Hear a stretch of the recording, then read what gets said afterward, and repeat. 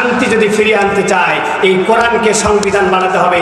তাহলে এই কোরআনের মাধ্যমে রাষ্ট্রের চুরি, ডাকাতি, ধর্ষণ, ছিনতাই, লুটতরাজ, সম্পদ পাচার আর ওই রকম ভোত্রা মশলা নেতাদের কোরআনের বিপক্ষে বক্তব্য অটো বন্ধ হয়ে যাবে ইনশাআল্লাহ। আপনারা চান কিনা? সবাই চান?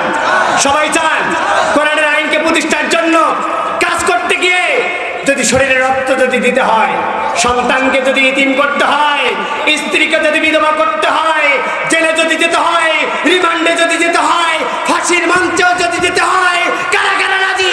মিঠা মুখ রয়েছে, একটু দু হাত তোলা লেগে দেখায়।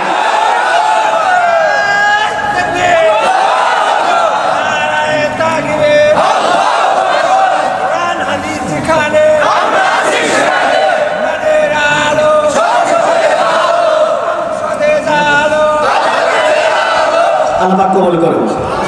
সম্মানিত ভাইরা আমার, আপনাদের কাছে এতটুকু আহ্বান যে কোরআনের আইন আগামীতে প্রতিষ্ঠিত হচ্ছে এই দৃশ্য দেখা বলতে আমরা আল্লাহর কাছে হায়াত চাই।